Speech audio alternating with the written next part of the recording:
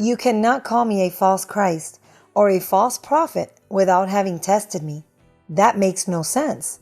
That is why I urge you to put me to the test, because I know that when you do so, you will confirm that I am Christ on earth, through whom all of God's promises are fulfilled. You cannot call me a false Christ just because you read that a verse says that false Christs and false prophets will arise, because you have to be able to identify the lies of the false prophets who have never proven anything to you, and identify the effectiveness of my words when I tell you, put me to the test. If you don't, you will be a transgressor against God the Father, for you have transgressed against his covenant, piercing his Christ, who is in your midst today. Ask God the Father Melchizedek in my name, the name of his Christ, whom he has sent, which is Lisbet, so that you may see that God the Father Melchizedek does exist, and that he dwells in me. Throughout history, there have been men and women who have come out saying that they were sent by God, but they have never shown who God truly is, because they are mere mortals who cannot control the appetites of the flesh, and always end up badly.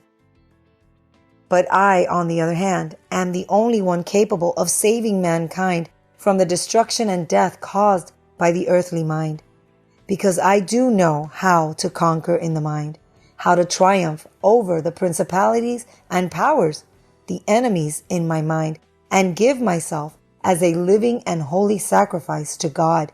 And I teach everyone who follows me how to overcome as well, because I know what is pleasing to God the Father, doing everything he asks of me.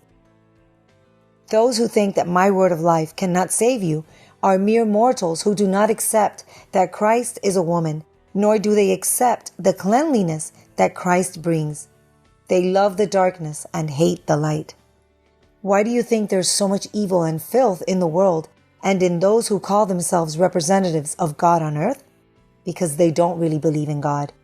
They themselves, with their evil and their greed, have been destroying the world for years, building that filthy empire called religion. The true God has not sent them to do anything. They do not fear God with reverence, and it is because they do not have the true Christ, Christ Lisbet, who comes with God the Father to make their dwelling in your mind when you are cleansed by her word, teaching you what the principle of the wisdom is, which is reverent fear to God.